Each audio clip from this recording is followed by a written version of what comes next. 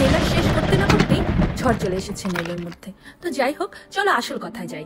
ফার্স্টে কিছু nail polish pick করে নিচ্ছি, কারণ খুবই বোরিং হচ্ছিলাম, টানা 3-4 দিন ধরে বৃষ্টি পড়ছিল, কিছুই করার ছিল না। তো ভাবলাম যে বৃষ্টির দিনের একটা নেল আর্ট করে ফেলি। তো এই জন্যই আমি ফার্স্টে নিয়ে নিয়েছি একটু দুঃখী দুঃখী কালার, যেটা দিয়ে আমার আকাশের কালারটা চলে আসবে। এরপর নিয়েছি এই অ্যাশ কালারটা, যেটা দিয়ে একটু মেঘ করে নিতে পারি। এরপর সাদা কালার দিয়ে মেঘও আর্ট করে নিলাম। এরপর ফার্স্টে যে একটা সিনারি দেখেছিলে না আমার বাসার সামনে, প্রতিদিন বৃষ্টিতে আমি এই সিনারিটা দেখি, তো সেই সিনারিটা জাস্ট নেইলের মধ্যে উঠিয়ে নেওয়ার চেষ্টা করলাম।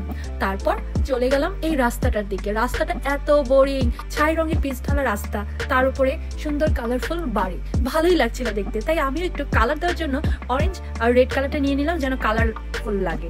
তারপর চলে গেলাম আমার থাম্বনেলে যেয়ে দেখি যে একটা কিছু মিসিং, বৃষ্টি পড়ছে আর ছাতা নেই, এটা কিন্তু খুবই একটা নাইনসাফি হয়ে যায়। তাই নিয়ে নিলাম একটা ছাতাটা আবার দিয়ে দিয়েছি কালারফুল। তারপর পড়ছে ঝড় বৃষ্টি, আর বৃষ্টির এত গতি ছিল যে নেল আর্টটা গেল বেচতে।